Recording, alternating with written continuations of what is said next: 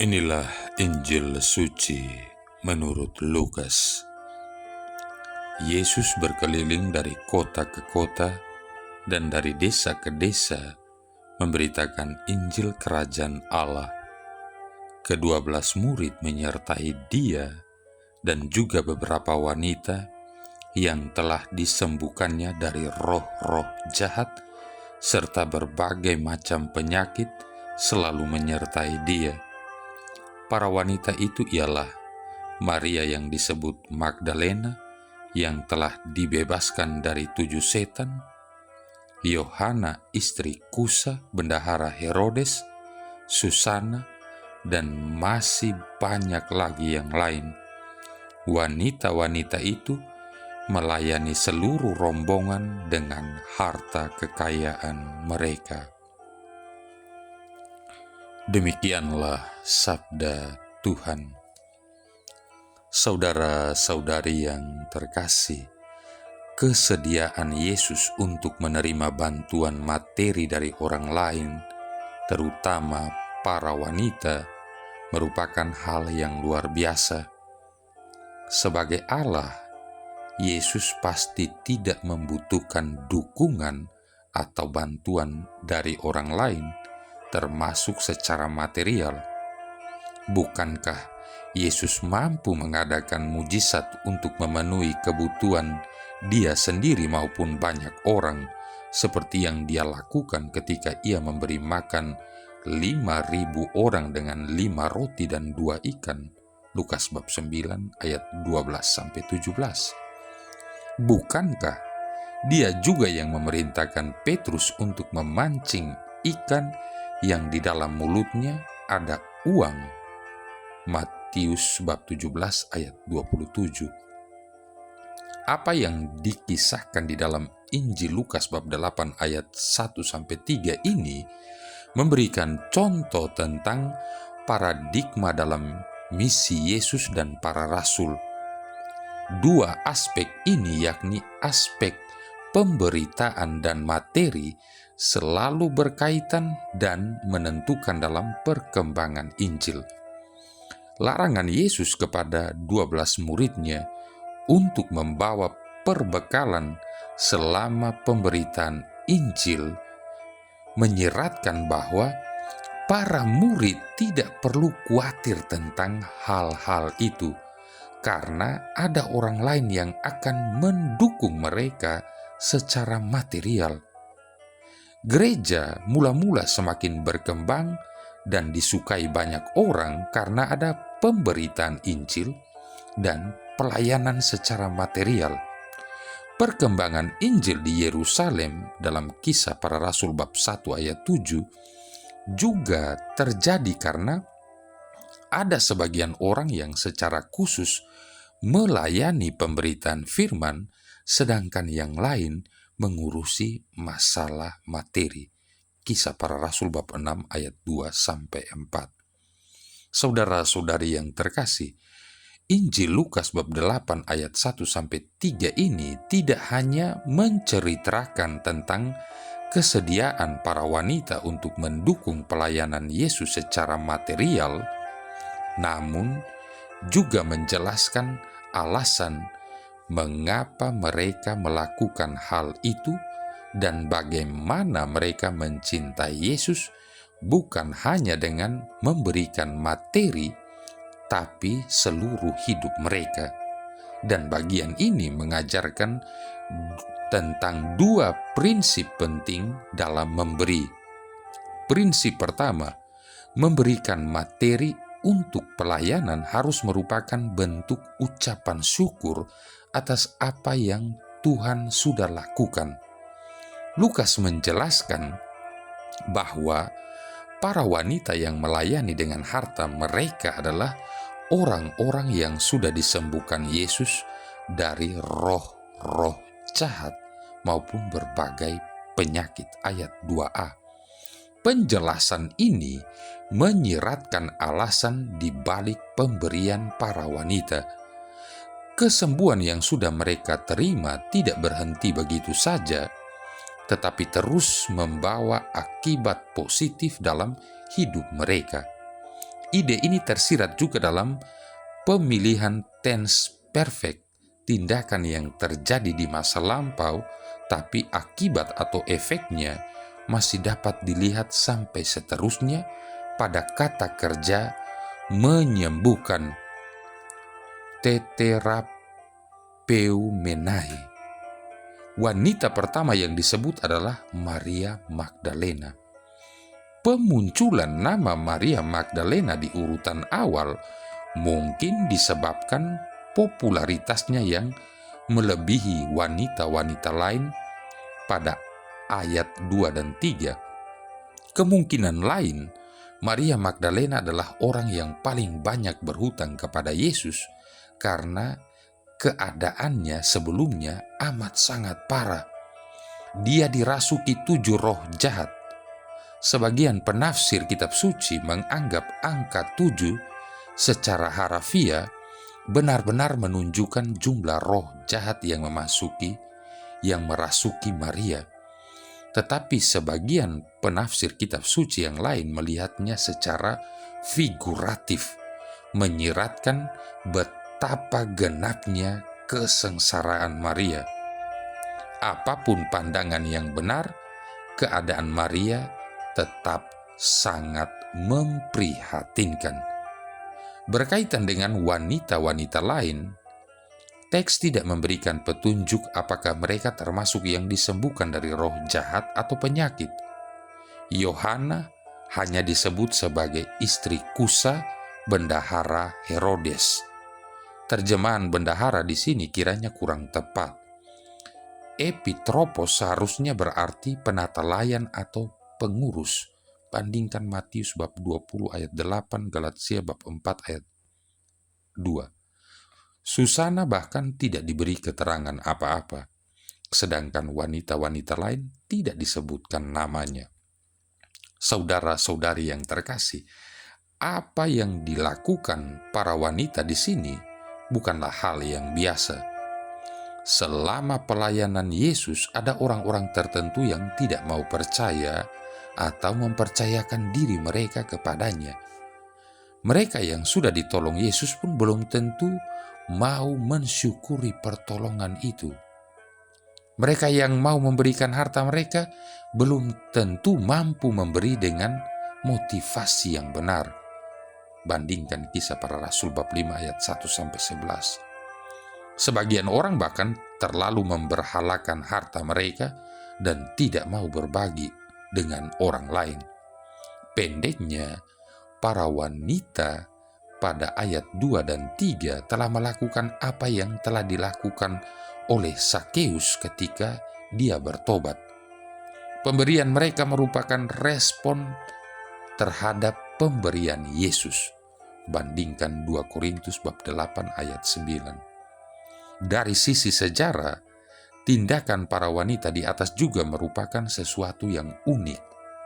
Menurut catatan Yosefus, ahli sejarah Yahudi pada abad ke-1 Masehi, orang-orang Farisi juga mendapatkan dukungan dana dari para wanita.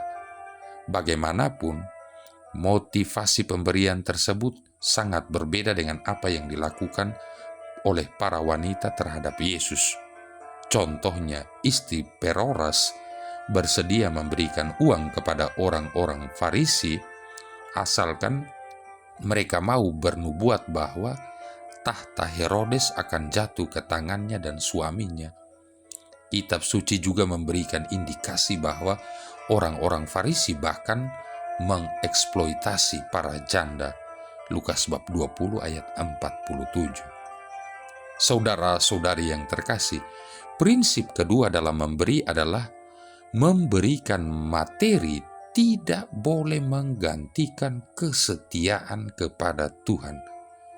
Pembacaan sekilas memberikan kesan bahwa para wanita pada bab 8 ayat 2-3 ini hanya sekedar memberikan materi mereka. Namun bagaimanapun, penyelidikan yang lebih teliti menunjukkan bahwa mereka melakukan lebih dari itu. Mereka juga menyertai Yesus dalam pelayanannya. Hal ini dapat dilihat dari kata sambung dan kai di ayat 2a. Ayat 1b dan ayat 2a, dan ke-12 muridnya bersama-sama dengan dia dan juga beberapa orang perempuan. Menurut budaya waktu itu, keikutsertaan para wanita dalam perjalanan pelayanan Yesus merupakan hal yang revolusioner. Para rabi Yahudi hanya mau menerima dukungan materi dari para wanita, tetapi tidak pernah mau diikuti oleh mereka. Sebagian rabi bahkan memalingkan muka setiap kali bertemu wanita di jalan. Para wanita tidak hanya menyertai Yesus, tetapi mereka tetap setia mengikuti Yesus sampai akhirnya. Mereka tetap bersama Yesus ketika dia disalib dan dikuburkan. Bab 23 ayat 49 ayat 55. Bahkan mereka menjadi saksi pertama dari kebangkitan Yesus. Bab 24 ayat 10. Kesetiaan ini akan terlihat semakin signifikan apabila dibandingkan dengan 12 murid Yesus yang meninggalkan Yesus selama penyaliban dan ketakutan selama Yesus dikubur.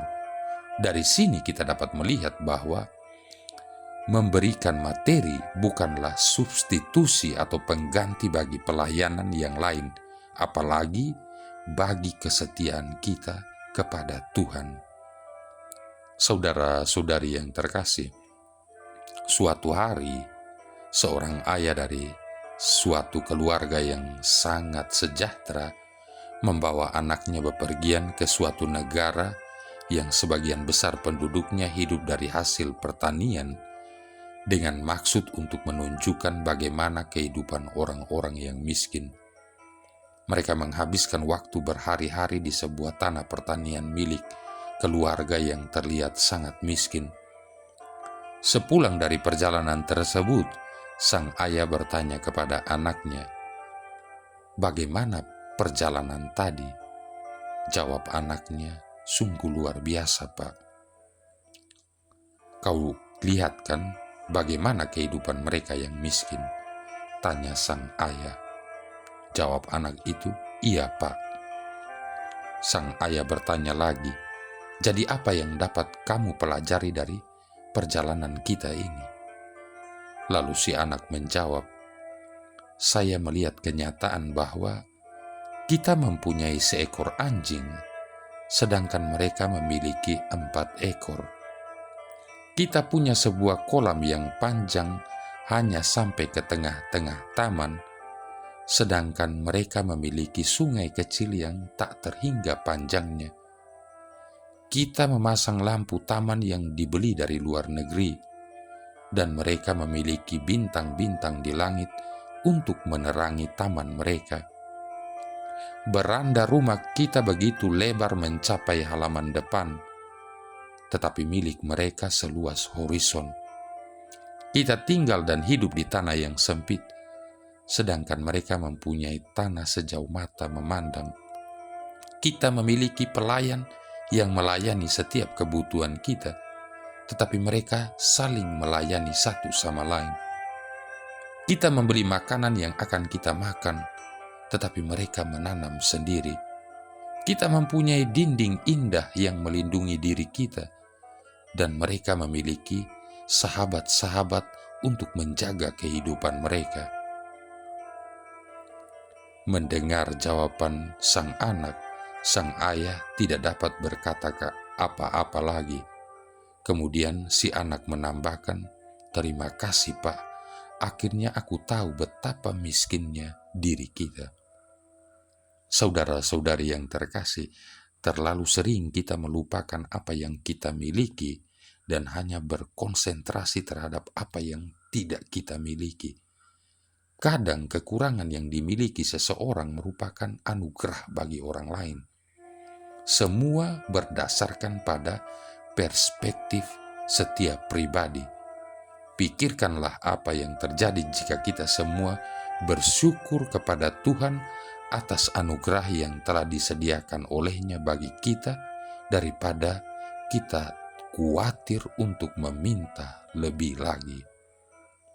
Saudara-saudari yang terkasih, Pada hari ini juga Gereja Katolik sejagat merayakan peringatan Santo Andreas Kim Taegon Imam dan Santo Paulus Chong Hasang dan kawan-kawan, martir-martir Korea.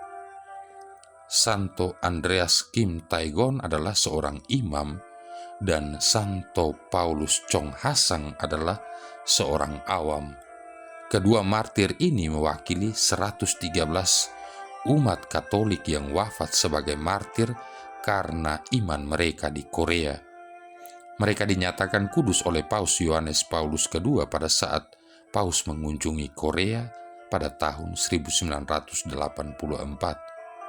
Ajaran Kristiani menyebar ke Korea pada abad ke-17 melalui pewartaan kaum awam. Umat yang percaya memelihara iman mereka dengan sabda Tuhan. Mereka bertumbuh serta berkembang secara diam-diam. Kemudian imam-imam misionaris datang dari Perancis. Umat Korea diperkenalkan kepada sakramen-sakramen gereja. Mereka mengalami penganiayaan dari pemerintah yang pasang surut di sepanjang abad ke-19. 103 umat Korea wafat sebagai martir antara tahun 1839 hingga tahun 1867. 10 orang anggota Serikat Misi Asing dari Paris juga wafat sebagai martir, yaitu 3 orang uskup beserta 7 orang imam, sehingga jumlah mereka seluruhnya yang wafat sebagai martir adalah 113 orang. Santo Andreas Kim Taegon dan Santo Paulus Chong Hasang mewakili kemuliaan serta keberanian umat Katolik Korea yang telah membayar mahal cinta mereka kepada Kristus. Santo Andreas Kim Taegon adalah imam pertama Korea. Ia wafat sebagai martir pada tanggal 16 September tahun 1846, hanya 1 tahun setelah ditabiskan. Ayah dari Santo Andreas Kim telah mendahuluinya menjadi martir pada tahun 1821. Santo Paulus Chong Hasang adalah seorang katekis awam yang pemberani. Ia wafat sebagai martir pada tanggal 22 September tahun 1846. Sekarang Gereja Katolik berkembang pesat di Korea. Karunia iman diterima karena kurban persembahan para martir yang telah menjadi pembuka jalan. Kita perlu mengingat kembali apa yang dituliskan oleh Santo Andreas Kim Taegon. Kita yang telah menerima sakramen baptis, masuk dalam pelukan gereja, serta menerima kehormatan disebut sebagai umat Kristiani. Tetapi apa gunanya semuanya itu jika kita hanya Kristiani dalam nama dan tidak dalam kenyataan? Marilah berdoa. Allah Bapa pencipta alam semesta, Engkau telah memanggil orang-orang di Korea mengimani Dikau dan meneguhkan mereka berkat kesaksian para martirmu, Andreas, Paulus, dan teman-temannya. Kiranya berkat doa permohonan mereka dan suri teladan mereka, kami pun tetap setia mengimani Engkau sampai mati. Dengan pengantaran Yesus Kristus Putramu Tuhan kami, yang bersama dengan Dikau dalam persatuan Roh Kudus hidup dan berkuasa, satu Allah sepanjang segala masa. Tuhan memberkati kita sekalian, Bapa, Putra, dan Roh Kudus.